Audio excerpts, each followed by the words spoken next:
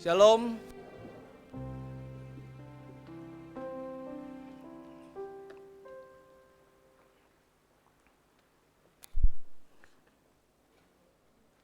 Mari kita akan mendengarkan kebenaran firman Tuhan. Hari ini saya menyampaikannya di dalam 1 Samuel pasal yang pertama. Kita akan membaca mulai dari ayat yang ke-6 sampai yang ke-20.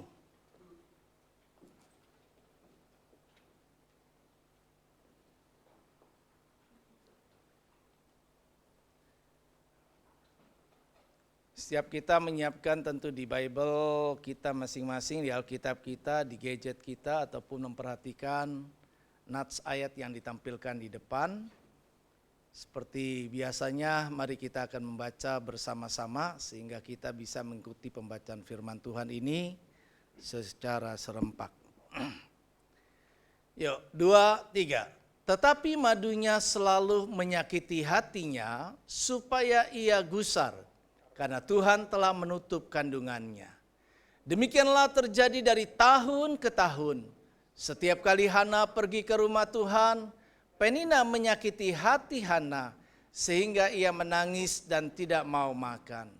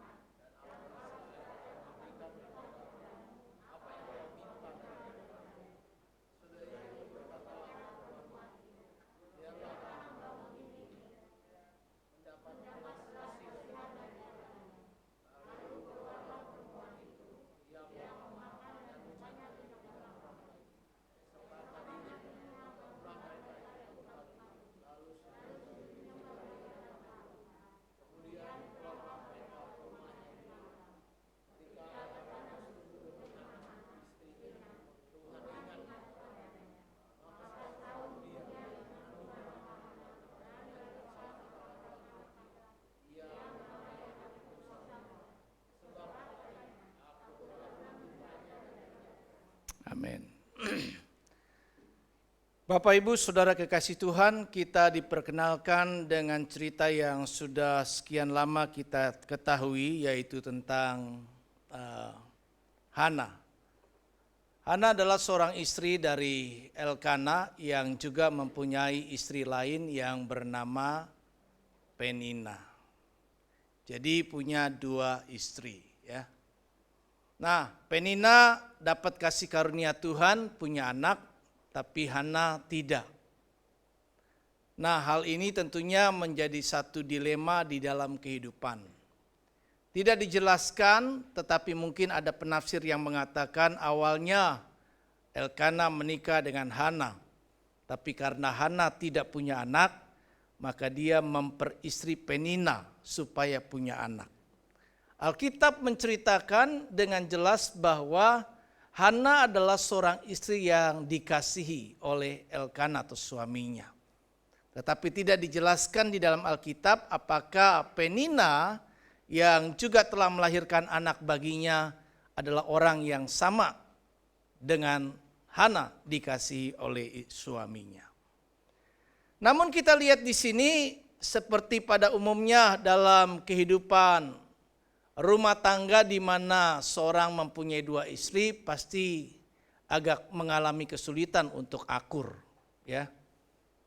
Nah, karena ada kelemahan dari sisi Hana, maka seringkali hal itu dipergunakan oleh Penina untuk menyakitinya.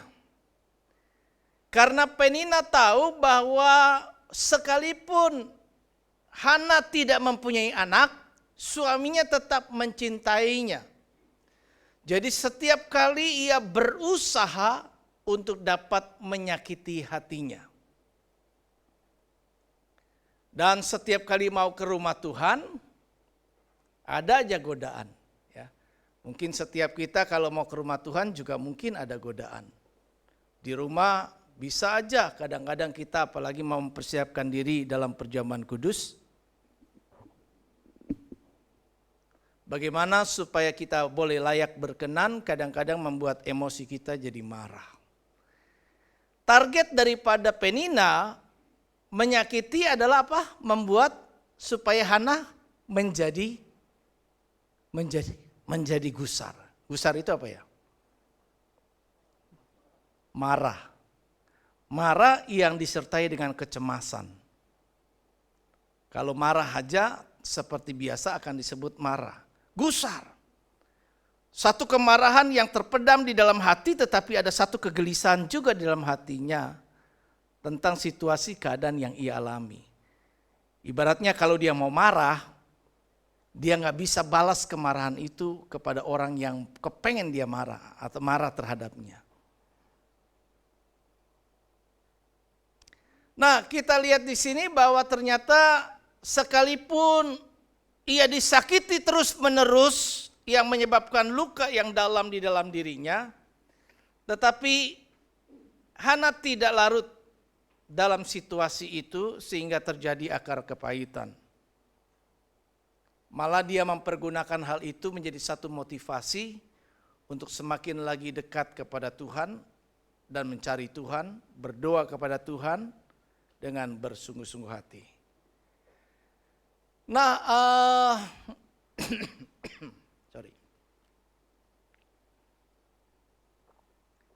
apakah yang saya dan saudara dapat pelajari dari cerita tentang Elkana, Hana, dan Penina ini? Secara khusus bahasan kita bahas dalam konteks daripada cerita ini ya. Jadi apa yang kita bisa pelajari adalah ada sebuah doa yang dipanjatkan dan doa itu dikabulkan. Jadi kita bicara tentang satu tema doa yang dikabulkan. Nah, doa yang dikabulkan seperti apakah yang dimaksud? Kan setiap kita tentunya selalu berdoa. Kita berdoa tiap-tiap hari, berdoa pada momen-momen di mana kita membutuhkan Tuhan.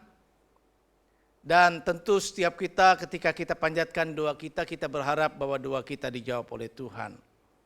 Nah, dijawab dengan dikabulkan berbeda. Ada orang seringkali menafsirkan dijawab sebagai dikabulkan. Bisa, iya. Nggak ada yang salah. Tetapi saya menyatakan bahwa setiap kali doa kita pasti dijawab. Karena jawaban Tuhan sudah kita ketahui ada 3 jenis. Yang pertama adalah ya, kedua tidak, atau ketiga tunggu. Karena sesuatu yang harus diproses oleh Tuhan. Nah, yang kita maksudkan adalah bagaimana Allah mengajar kepada saya dan saudara untuk bisa mempraktekkan supaya kita bisa berdoa dan berdoa yang dikabulkan oleh Tuhan. Ada 3, bukan berarti ini adalah jawaban semua doa yang dikabulkan, tetapi dalam konteks dari pembacaan kita di 1 Samuel pasal 1 tadi, maka kita belajar dari bagaimana Tuhan mengabulkan doa Hana. Jadi sekali lagi bahwa ini bukan satu-satunya jawaban atau satu-satunya rumusan untuk doa yang dikabulkan. Namun ini adalah bagian yang kita bisa pelajari dari cerita ini. Yang pertama kita bisa dapat pelajari adalah doa yang dikabulkan itu adalah doa yang dipanjatkan dengan hati yang bersih dan tulus. Tidak ada doa yang dikabulkan ketika orang bermaksud yang jahat. Tidak ada doa yang dikabulkan ketika orang masih menyimpan sakit hati, kepahitan, dan sejenisnya.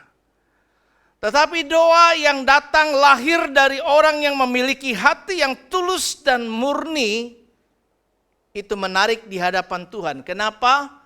Berulang kali saya katakan yang menarik di hadapan Tuhan itu bukan kata-kata, bukan lahiriah, bukan penampilan, bukan sounds. Satu hal yang kita dengar atau perdengarkan. Tetapi Tuhan memperhatikan dan tertarik selalu dengan hati. Kita sudah belajar hal ini dari 3 sesi berbicara tentang, temanya apa waktu itu ya? Jagalah hati tetap bersih. Ada 3 bagian atau 3 sesi kita bicarakan tentang ini lebih dalam. Karena hal ini sangatlah penting. Dan hal ini juga menjadi satu hal yang sangat penting bagi doa yang dikabulkan oleh Tuhan.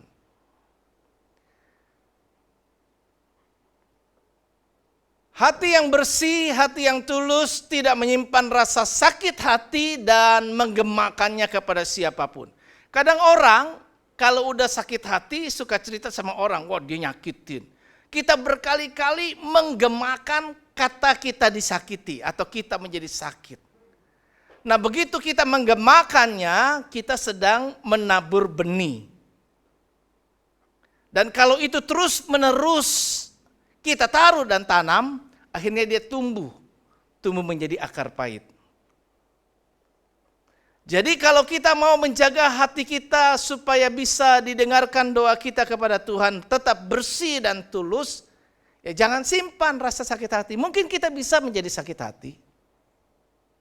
Bisa. Ada perkataan orang yang tidak menyenangkan, menyinggung kita, kita menjadi sakit hati. Iya bisa. Tapi perasaan sakit yang kita rasakan itu tidak boleh kita simpan. Apalagi kita simpan rapat-rapat. Lama-kelamaan kalau itu dibiarkan terus, lama-lama timbul akar pahit, dendam, amarah, dan seterusnya. Itu adalah targetnya Penina.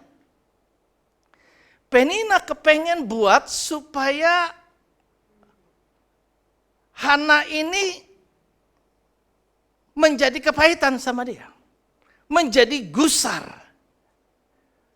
Marah cemas dengan apa yang dihadapi. Karena dia tahu dia adalah orang yang ditutup kandungannya oleh Tuhan. Dia mandul.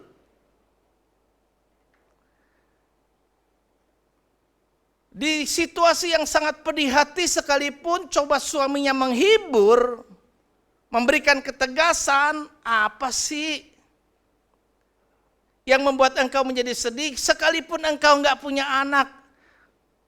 Bukankah aku mengasihi engkau? Manakah yang lebih penting, anak atau ada aku? Tapi hal itu enggak mempan buat Hana.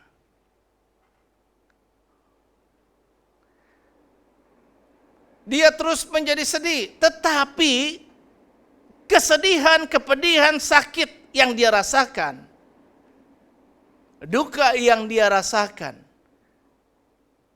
tidak sampai membuat Hana kepahitan. Hana mengambil sikap meresponi perlakuan madunya yang selalu menyakiti dengan sikap yang tepat, yaitu datang kepada Tuhan berdoa. Dia tidak membalas sautan-sautan daripada perkataan-perkataan daripada Penina dengan sautan-sautan yang sama-sama menyakitkan. Kadang kalau kita sudah terlibat dengan situasi yang seperti itu, emosi kita terpancing, akhirnya kita saling menyakiti. Tetapi tidak diceritakan oleh Alkitab bacaan kita tadi, bahwa ada satu cerita di Alkitab bahwa Hana menyakiti juga Penina. Entah karena dia tidak punya sesuatu poin untuk bisa menyakiti Penina, atau apapun alasannya, tetapi itu tidak dilakukan oleh Hana.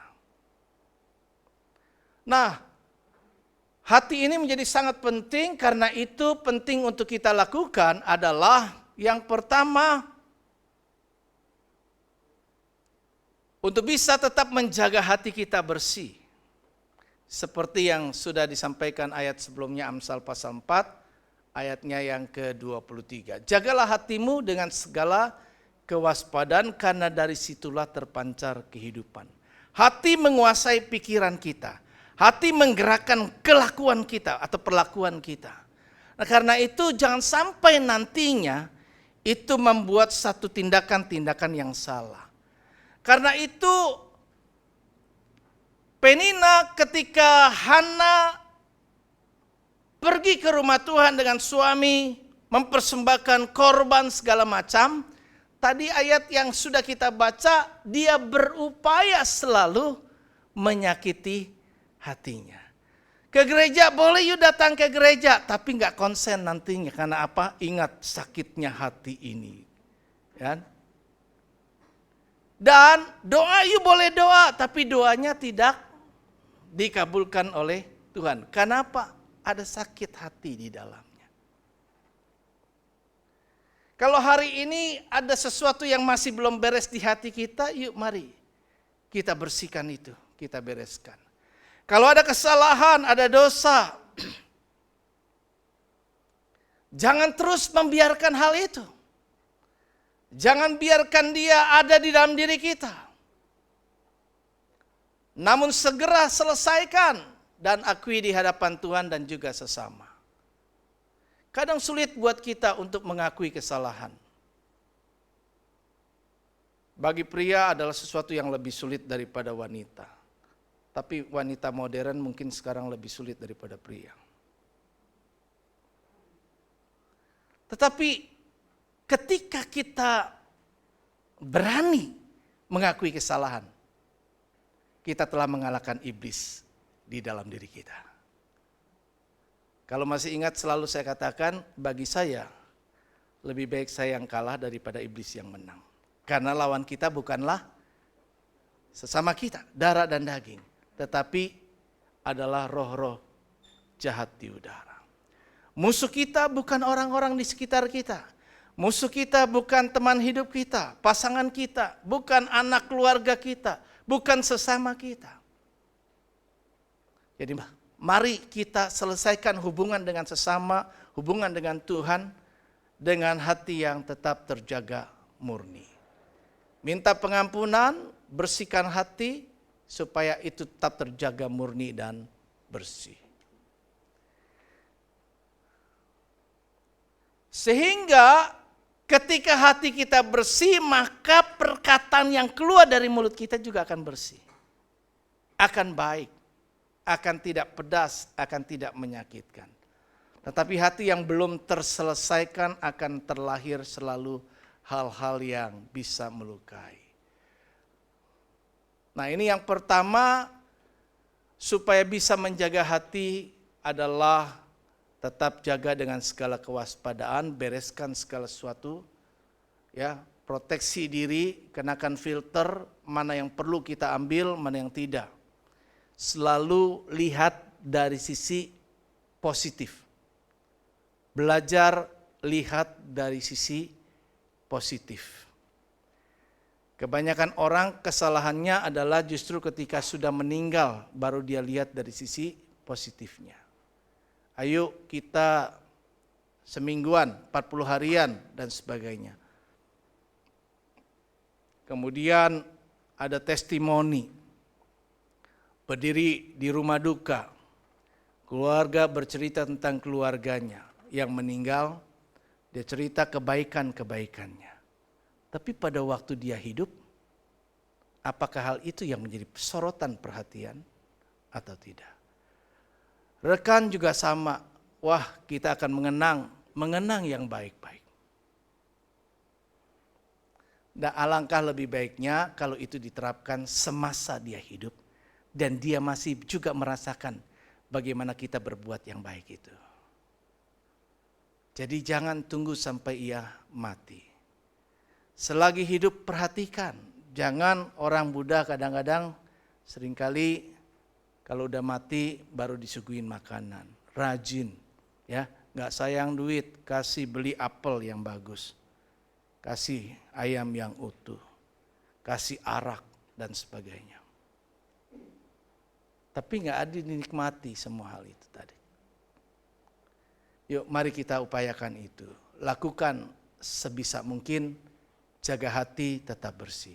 Yang kedua, tentunya agar supaya kita doa bisa dijawab oleh Tuhan yang kita panjatkan dengan hati yang bersih dan tulus, ya terus kita isi dengan firman. Kalau kita tidak isi dengan firman, firman katakan untuk anak-anak muda juga dengan apakah seorang muda mempertahankan kelakuannya bersih, yaitu dengan menjaganya sesuai dengan firman-Mu. Firman-Mu itu pelita bagi kakiku dan terang bagi jalanku. Mari kita penuhi hati kita dengan kebenaran firman Tuhan yang mendatangkan iman, bukan kecemasan, bukan keraguan-raguan, bukan amarah. Kalau ada orang yang kadang melemahkan, kalau kita isi dengan firman, kita tidak akan termakan dengan perkataan orang lain. Sehingga hal itu kita bentengi diri kita, sehingga apapun juga kita tahu bahwa adalah yang paling penting bagaimana kita dengan Tuhan, karena Tuhan melihat jauh di kedalaman hati. Manusia cuma bisa melihat tutur kata yang keluar, yang diperdengarkan. Manusia cuma bisa mengira-ngira dan menilai. Tetapi Tuhan lebih persis mengetahui setiap kita. Dan karena itu biarlah kebenaran firman Tuhan akan terus menyirami hati kita menjadi sejuk.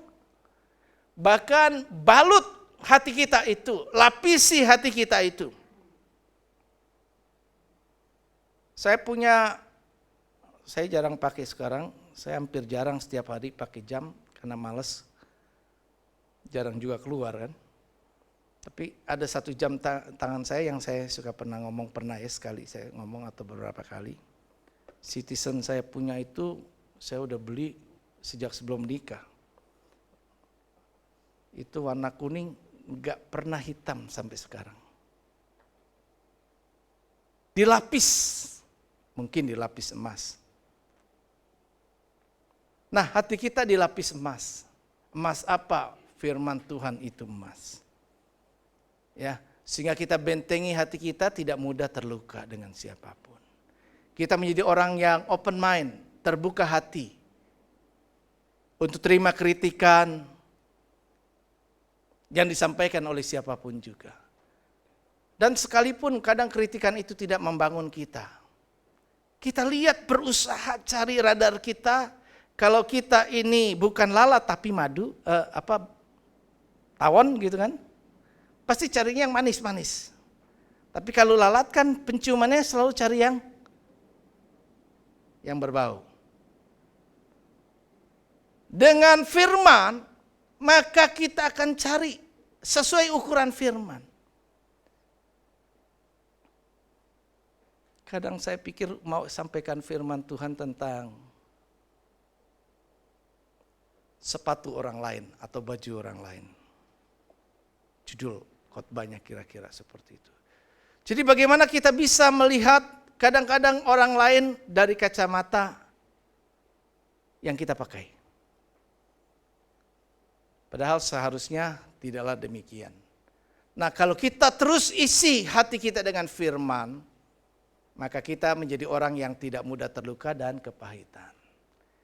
Kalau itu bisa kita jaga, setiap doa yang kita panjatkan, saat sebentar kita akan masuk ke perjamuan kudus, kita jaga hati tetap layak di hadapan Tuhan. Bukan karena kita orang benar, tapi menjadi orang yang rendah hati di hadapan Tuhan. Tuhan layakkan saya, Tuhan perkenankan saya, Tuhan tolong saya supaya saya bisa mampu menjaga hati saya tetap murni dan bersih. Maka percayalah bahwa Allah menyendingkan telinganya untuk doa-doa yang dipanjatkan oleh demikian. Hana setiap kali dia berdoa kalau kita lihat pada akhir cerita yang kita baca tadi, itu dengan sangat sedih. Apakah Hana sakit hati? Ayat tadi ada tulis sakit hati. Gitu ya. Ada tulis sakit hati. Waktu ditanya, kenapa kau begini? Karena sakit hati. Tapi kalau dalam bahasa Inggris saya coba mau mengerti apa benar sakit hati dalam pengertian sakit hati. Yang sesungguhnya ternyata ditulis dalam bahasa Inggris bukan sakit hati, tapi berduka cita. Berduka karena terlalu pedih rasa sakit ini. Ya, pedih, sakit. Tetapi dia tidak membiarkan hal yang tadi seperti itu karena firman Tuhan terus akan menguatkan dirinya. Nah, yang kedua, yang pertama tadi masih ingat apa? Doa yang dipanjatkan dengan hati yang bersih dan tulus. Yuk, kalau doa kita mau dikabulkan Tuhan, jaga hati kita supaya tetap bersih dan tulus. Tidak ada kepahitan, tidak ada hal-hal masalah dengan siapapun. Kita plong di hadapan Tuhan. Ujilah aku Tuhan, kenalah aku Tuhan, selidiki hatiku dan batinku. Kita terbuka. Ujilah aku. Kalau kita katakan ujilah aku sama orang, dalamnya laut dapat diduga. Dalam hati siapa tahu. Tapi kalau kita katakan ujilah aku Tuhan, Tuhan tahu kedalaman hati kita. Bahkan Tuhan tahu apa yang sedang kita pikirkan sekarang. Ketika engkau duduk di sini mendengar firman Tuhan atau ngadap ke depan, Tuhan tahu apakah engkau sedang memikirkan apa yang saya sampaikan atau tidak.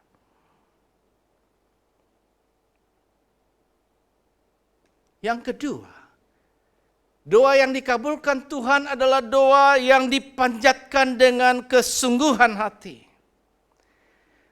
Orang gampang bisa berdoa, doa makan, gampang kita bisa ucapkan.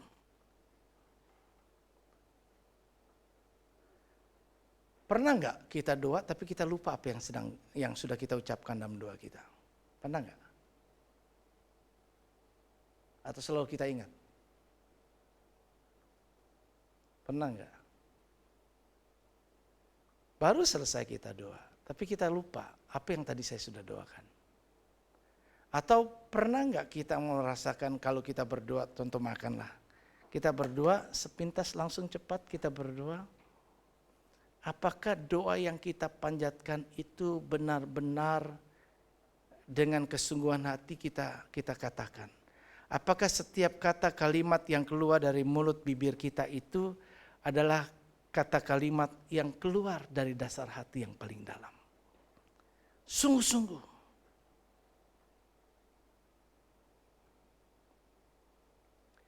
Kalau doa tanpa kesungguhan hati, benar-benar, kan Tuhan lebih tahu daripada manusia. Tadi saya bagian pertama sudah menyentuh di bagian hati. Tuhan tahu doa kita, doa cuma lip service doang, cuma di mulut bibir saja, atau doa yang lahir dari hati ini. Hati yang sudah di pertama tadi udah bersih dulu. Nah, kalau kita panjatkan itu dengan kesungguhan hati, biasanya kalau cerita di dalam bacaan ini, Hana berdoa kepada Tuhan itu bukan sekali. Pada waktu dia berdoa dalam cerita yang tadi kita baca, kemudian sudah dikabulkan Tuhan. Dikatakan bahwa tiap tahun dia pergi ke rumah Tuhan untuk berdoa. Dia berdoa dengan sungguh-sungguh. Bahkan ketika dia berdoa setelah makan dan minum, berdiri di rumah Tuhan, di mana di pintu gerbang itu duduk Imam Eli, menyaksikan seorang perempuan yang komat kamit karena berdoa dalam hati. Doanya begitu lama, penuh derayan air mata mengalir. Tidak ada doa yang tidak sungguh-sungguh yang bisa keluar air mata. Tapi doa yang lahir dari hati yang benar-benar meresap ngerasain, dia bisa nangis. Kadang tangisan sekarang ini, terutama orang dewasa, tangisan yang tidak terseduh-seduh. Tidak terasa air mata menitik, turun ke pipi. Kita menangis.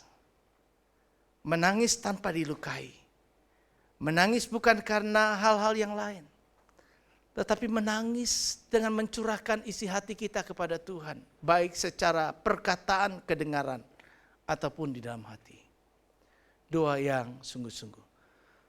Sampai pada tingkat kesungguhan yang benar-benar membuat orang benar-benar butuh Tuhan, tolong saya. Berulang-ulang kali Hana berdoa tapi doanya belum mendapat jawaban pengabulan dari Tuhan. Bukan baru kali itu Hana berdoa supaya punya anak.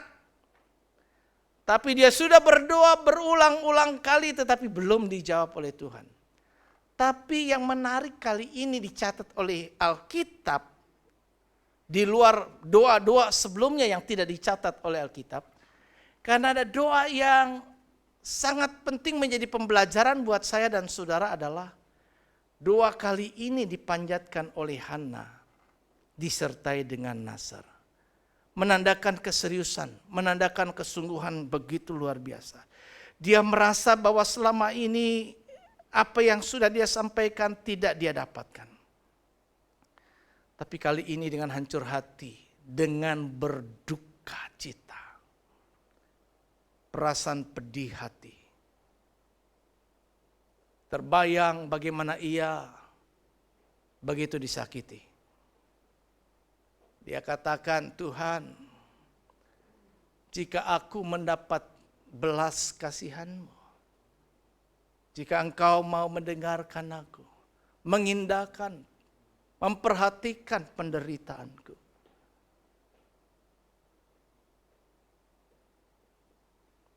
Dia mohon supaya diberikan seorang anak laki-laki. Dan dia berjanji sama Tuhan sampai pada tingkat seperti itu. Kalau Tuhan memberikan itu, maka aku akan kembalikan buat Tuhan. Aku berikan kepada Tuhan. Tapi hati-hati sebagai orang Kristen, kita belajar Alkitab, tidak boleh ada nasar, yang diucapkan sembarangan. Tidak ada boleh janji yang diucapkan sembarangan di hadapan Tuhan dengan tidak melakukannya. Karena itu adalah hutang di hadapan Allah. Jika kita bernasar memohon Tuhan tolong saya. Kalau Tuhan tolong saya seperti ini. Contoh ketika kita dalam keadaan situasi yang luar biasa parah. Sakit, berobat rasanya udah gak sembuh. Sampai akhirnya pada tingkat tertentu kita bilang sama Tuhan. Tuhan, kalau Engkau benar-benar kali ini aku bisa sembuh. Hidupku kuserahkan kepadamu. Sembuh. Gak diserahin.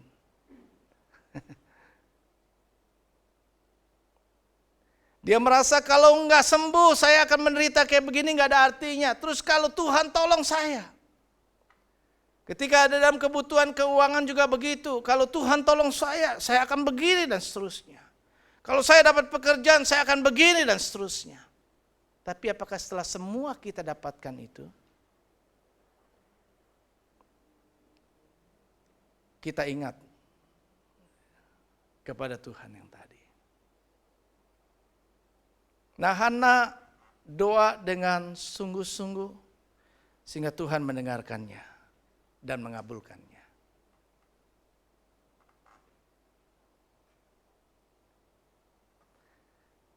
Hana adalah seorang pendoa yang mengalami apa yang kebanyakan dari kita menyebutnya getirnya kehidupan ini. Setiap kita tentu mengalami perjalanan hidup yang tidak mudah. Enggak selalu cuaca cerah. Enggak selalu hal-hal yang menyenangkan kita menjadi pengalaman hidup yang kita alami. Tetapi sekali lagi, sekalipun itu menjadi warna dalam hidup kita seperti yang terjadi pada Hana, maka jangan pernah menyerah. Jangan pernah menjadi putus asa. Jangan kehilangan pengharapanmu kepada Tuhan. Tetap berharap kepada Allah. Ia mencari Allah dengan berdoa lebih bersungguh-sungguh lagi. Kesulitan yang kita hadapi, saya dan saudara hadapi, kiranya membuat kita semakin dekat dengan Tuhan. Semakin mendorong kita mencari Tuhan. Semakin mendorong kita untuk berserah penuh kepadanya. Kita menjadikan Tuhan tempat pelarian kita, bukan yang lainnya. Karena itu ketika sempat terjadi salah paham, Eli pikir ini perempuan mabok. Maka Hana udah bayangin diliputi perasaan sebelumnya tersakiti, duka. Dinilai hamba Tuhan enggak enak. Tapi dia tidak, sekali lagi, yang pertama jaga hati. Enggak terpancing marah. Enggak balas sama Eli, wah kayak gini, tambah sakit. Tetapi dia dengan lembut bisa tetap menguasai emosinya. Janganlah Tuanku menganggap aku sebagai perempuan dursila. Dia tidak lari dengan mabuk-mabukan. Tetapi dia berdoa dengan kesungguhan hati. Dan lebih bersungguh lagi. Ia curahkan seluruh hatinya, kata firman Tuhan, kepada Allah. Dan Allah menjawab dan mengabulkannya. Yang terakhir, kita bisa lihat di sini yang ketiga. Apa? Tadi masih ingat yang pertama? Doa yang dipanjatkan dengan hati yang bersih dan tulus. Kedua, doa yang dipanjatkan dengan kesungguhan hati. Kesungguhan hati yang membuat kita benar-benar sungguh-sungguh. Ada kuasa pujian yang lahir mendatangkan mujizat juga lahirnya dari kesungguhan ketika dia menaikkan pujian. Seperti yang dialami Paulus dan Silas. Demikian pun doa. Semua yang disertai dengan kesungguhan. Ibadah yang disertai dengan kesungguhan. Segala sesuatu yang kita kerjakan dengan kesungguhan akan membuahkan hasil. Dan yang ketiga adalah tidak selalu semua itu menurut waktunya kita. Karena itu memang perlu doa yang dipanjatkan terus menerus. Seperti minggu lalu saya sampaikan, bertekun dalam doa. Kadang ingin sampaikan doa yang menghentikan matahari. Doa siapa itu? Sampai matahari berhenti.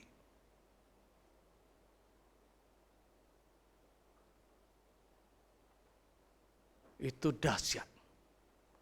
Doa yang menghentikan atau mendatangkan hujan. Doa siapa itu? Dahsyat. Doa yang dipanjatkan terus menerus dengan tekun. Tapi enggak cuma sekedar tekun dan iman. Terus, dan terus. Tidak berhenti. Tuhan akhirnya mengabulkan doa Hana yang terus menerus dipanjatkan dengan tekun dan iman. Dia tidak hanya sekedar sekali datang atau sesekali datang berdoa, tapi akan terus menerus dia berdoa kepada Tuhan. Sampai pada akhirnya ia mendapatkan apa yang dia inginkan. Tekun menantikan waktunya Tuhan dengan tetap teguh beriman kepadanya bukanlah hal yang mudah dalam prakteknya. Kita menghadapi satu tantangan kehidupan yang seringkali menggoda dan membuat kita menyerah. Menyerah pada situasi, menyerah pada keadaan, menyerah pada kenyataan.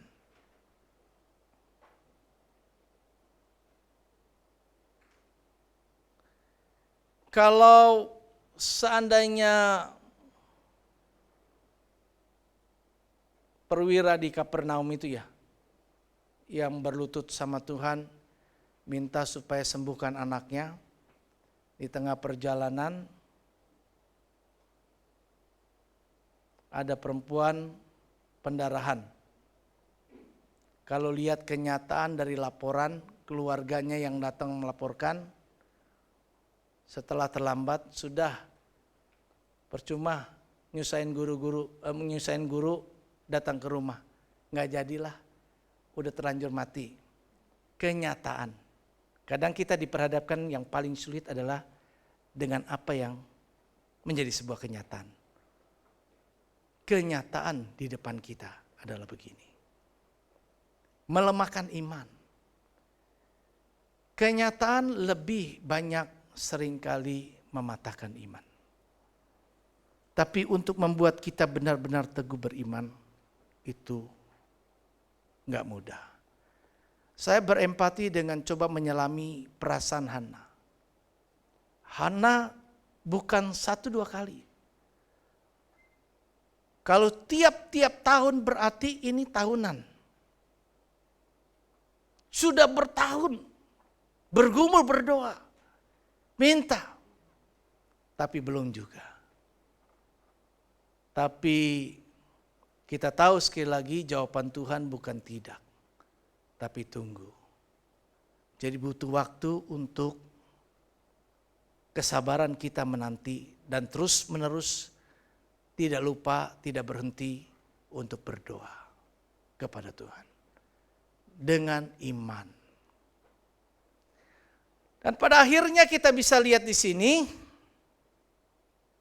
ketika Tuhan mengabulkan doa kita, Ia memberikan yang terbaik. Jadi Tuhan selalu menginginkan sesuatu yang terbaik buat saya dan saudara. Jadi kalau ada sesuatu dibandingkan dengan apa yang kita tawarkan dan harapkan kepada Tuhan, tapi Tuhan melihat bahwa ada yang jauh lebih baik daripada apa yang kamu doakan, maka Tuhan masih terus melatih kita untuk sabar menunggu waktunya. Dan ketika Dia mengabulkan doa kita, itu tidak tanggung-tanggung.